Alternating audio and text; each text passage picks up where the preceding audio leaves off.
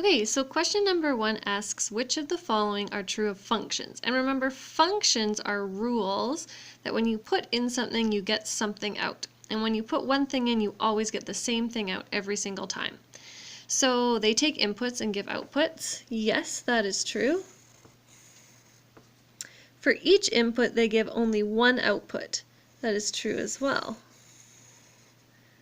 One input will give you more than one output.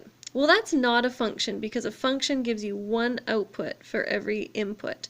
So this one's not true. They can be confusing. Well, that can be true of anything. Okay, let's go over to the second question. So here's some inputs and outputs that are a relation, and a relation just means they're two things that are related. So is this relation, this whole bunch of x's and y's, these inputs and outputs, is this a function? Why or why not? So we put in 1 and we get out 5. We put in 2, we get out -3. We put in 4, we get out 11. And then we put in 2 and we get out 6. So what you can notice here is here we put in 2 and get out of -3. And here we put in 2 and get -6.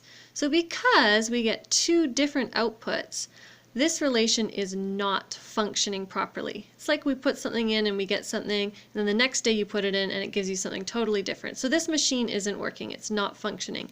So, no, this is not a function because one input gives more than one output.